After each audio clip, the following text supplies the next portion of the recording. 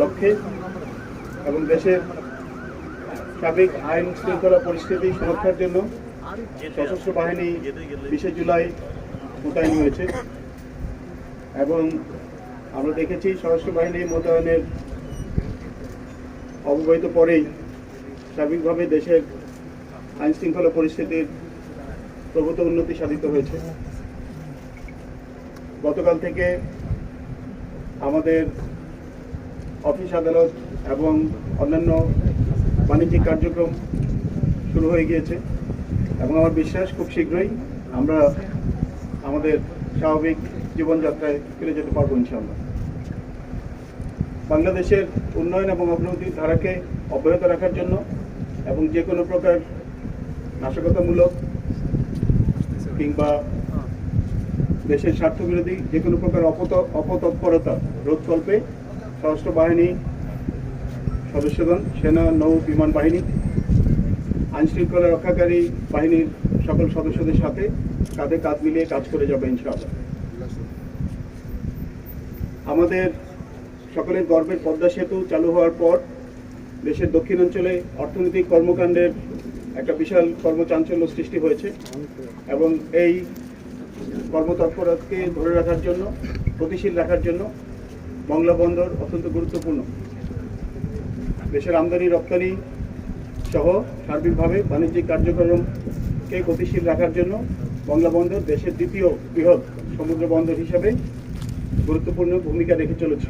আর তাই মংলা বন্দর এবং এই সংলগ্ন যে সকল গুরুত্বপূর্ণ স্থাপনা রয়েছে, এখানে রয়েছে এলপিজি প্ল্যান্ট, এখানে রয়েছে এক্সপোর্ট প্রসেসিং জোন এবং বেশ বড় ইন্ডাস্ট্রিয়াল এরিয়া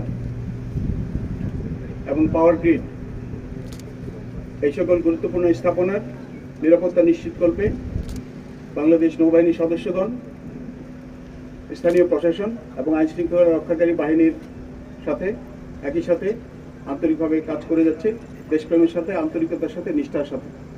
আমার বিশ্বাস সশস্ত্র বাহিনীর এই মোতায়েনের ফলে সার্বিকভাবে খুব শীঘ্রই দেশের সার্বিক আইনশৃঙ্খলা পরিস্থিতির উন্নতি হবে এবং আমাদের এই কর্মকাণ্ডে আমরা আপনাদের মাধ্যমে আপামর জনসাধারণের কাছ থেকে সার্বিক সহযোগিতা কামনা করছি। একটা দেশের উন্নয়ন অগ্রগতির জন্য দায়িত্বশীল মিডিয়ার কোনো বিকল্প নেই। আর তাই আমার প্রিয় মিডিয়ার সহকর্মীবৃন্দকে আমি অনুরোধ করব, আপনারা আপনাদের পেশাগত দক্ষতা দিয়ে এবং দায়িত্বশীলতার মাধ্যমে সঠিক সংবাদটা তুলে ধরবেন এবং দেশকে সার্বিকভাবে নিরাপদ রাখার জন্য এবং দেশের নিরাপত্তা নিশ্চিত করার জন্য সশস্ত্র বাহিনীর কর্মকাণ্ড, আইনশৃঙ্খলা রক্ষাকারী বাহিনীর কর্মকাণ্ডকে সার্বিকভাবে সহযোগিতা প্রদান করবেন। আপনাদের সকলের এবং সংশ্লিষ্ট সকলের সহযোগিতা পেলে আমার বিশ্বাস আমরা খুব শীঘ্রই এই পরিস্থিতি থেকে উত্তরণ করতে সক্ষম হব এবং দেশকে পুনরায় উন্নয়ন এবং অগ্রগতির পথে এগিয়ে নিয়ে যেতে পারবো। আপনাদের সবাইকে ধন্যবাদ। আমার বিশ্বাস এটা সিংহভাগী পরিস্থিতি প্রায় স্বাভাবিক হয়ে এসেছে। আমরা গতকাল থেকে দেখেছি রাজধানী সহ দেশের বিভিন্ন অঞ্চলে কারফিউ একটা লম্বা সময়ের জন্য শিথিল করা হয়েছে এবং আমি যেটা বললাম, সার্বিকভাবে আপামর জনসাধারণের সহযোগিতা পেলে, মিডিয়ার সহযোগিতা পেলে আমরা আইনশৃঙ্খলা রক্ষাকারী বাহিনী সহ একত্রিতভাবে কাজ করে খুব শীঘ্রই এই পরিস্থিতি থেকে উত্তরণ ঘটাতে সক্ষম হব এবং আমাদের জনগণ তাদের স্বাভাবিক দৈনন্দিন জীবনযাত্রায় ফিরে যেতে পারবে, অর্থনৈতিক কর্মকাণ্ড পুনরায় বেগবান হবে। মংলা বন্দরে অর্থনৈতিক কর্মকাণ্ড চলছে কিনা, না চলে থাকলে কবে থেকে চলবে? মংলা বন্দর, আমি চেয়ারম্যান মহোদয়ের সাথে কথা বলেছি। মংলা বন্দর, চট্টগ্রাম বন্দর, পায়রা বন্দর তাদের সার্বিকভাবে তাদের কর্মকাণ্ড চলমান আছে। শুধুমাত্র প্রাথমিকভাবে ইন্টারনেট সেবা, আপনারা জানেন ইন্টারনেট সেবা কিছুদিনের জন্য বন্ধ ছিল। ইন্টারনেট সেবার কারণে কাস্টমস ক্লিয়ারেন্সের জন্য চট্টগ্রাম বন্দরে কিছুটা কন্টেনার জটের তৈরি হয়েছিল, সেটাও এখন অনেকটাই লাঘব হয়ে গিয়েছে এবং দেশের সকল সমুদ্র বন্দর পূর্ণ উদ্যমে তাদের অর্থনৈতিক কর্মকাণ্ড, বাণিজ্যিক কর্মকাণ্ড চালিয়ে যাচ্ছে।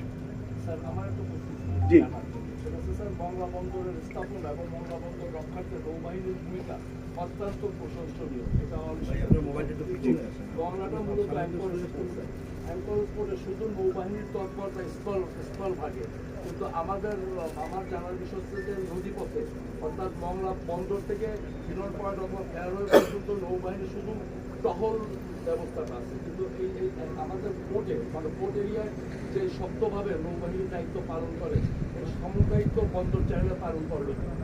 আচ্ছা, আপনাকে অনেক ধন্যবাদ। একটি গুরুত্বপূর্ণ প্রশ্ন। আপনারা জানেন মংলা বন্দর এবং চট্টগ্রাম বন্দরের কার্যক্রম শুধুমাত্র জেটি বা জেটি সংলগ্ন এলাকায় সীমাবদ্ধ নয়। এটার নিরাপত্তার সাথে আমাদের মংলা যে ফেয়ারওয়ে বয় আছে সেই ফেয়ারওয়ে বয় থেকে সমগ্র নদীপথ, এই নদীপথের নিরাপত্তার দায়িত্ব নৌবাহিনীর উপর ন্যস্ত। স্বাভাবিক অবস্থায় আমরা জানি মংলা বন্দরের নিজস্ব নিরাপত্তা ব্যবস্থা বিদ্যমান রয়েছে এবং একইভাবে চট্টগ্রাম বন্দরের ক্ষেত্রেও তাদের নিজস্ব নিরাপত্তা ব্যবস্থা এবং নিরাপত্তা বাহিনী রয়েছে। বাট বিশেষ বিশেষ ক্ষেত্রে সরকারি নির্দেশনায় নৌবাহিনী এই বন্দরসমূহকে নিরাপত্তার ক্ষেত্রে সহায়তা করে, সাহায্য করে এবং তাদের নিরাপত্তা ব্যবস্থাকে আরও জোরদার করে। চট্টগ্রাম বন্দর বর্তমানে মাতারবাড়ি পর্যন্ত বিস্তৃত। এই দীর্ঘ নদীপথ এবং সমুদ্রপথ এবং মংলা বন্দরের ক্ষেত্রে আমি যেটা বললাম হিরন পয়েন্ট এবং তৎপরবর্তী মংলা ফেয়ারওয়ে পর্যন্ত এই নদীপথ এবং সমুদ্রপথের সার্বিক নিরাপত্তা রক্ষার দায়িত্বে বাংলাদেশ নৌবাহিনী এবং কোস্টগার্ড নিয়মিতভাবে নজরদারি করছে এবং টহল জারি রেখেছে এবং যতদিন প্রয়োজন সেই নৌবাহিনীর সেই নিরাপত্তা ব্যবস্থা, সেই নজরদারি বলবৎ থাকবে এবং স্বাভাবিক অবস্থাতেও এবং শান্তিকালীন সময়েও আমরা নিয়মিতভাবে এই টহল পরিচালনা করি। কারণ হচ্ছে আমাদের দেশের অর্থনৈতিক চাকাকে সচল রাখার জন্য বন্দরের কার্যক্রম সুচারুভাবে পরিচালনা করার কোনো বিকল্প নেই। আপনাকে ধন্যবাদ। সর্বশেষ প্রশ্ন।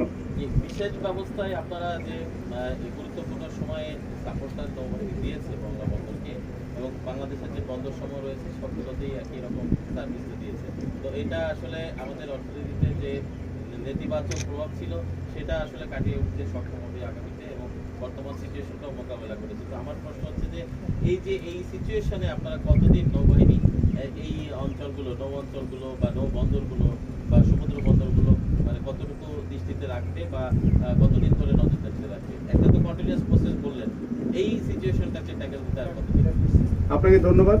আপনারা ইতিমধ্যে জেনেছেন যে যারা অপতৎপরতা চালিয়েছে, নাশকতা করেছে, তারা দেশের উন্নয়নের যেই ধারক বাহক এবং স্মারক যে স্থাপনাগুলি ছিল, যেমন এলিভেটেড এক্সপ্রেসওয়ে, যেমন মেট্রো রেল, সেগুলিকে ধ্বংসযজ্ঞ চালিয়েছে এবং এটা খুবই দুঃখজনক। এটা দেশপ্রেমিক কোনো নাগরিকের পক্ষে এটা মেনে নেওয়া কোনোভাবেই সম্ভব নয়।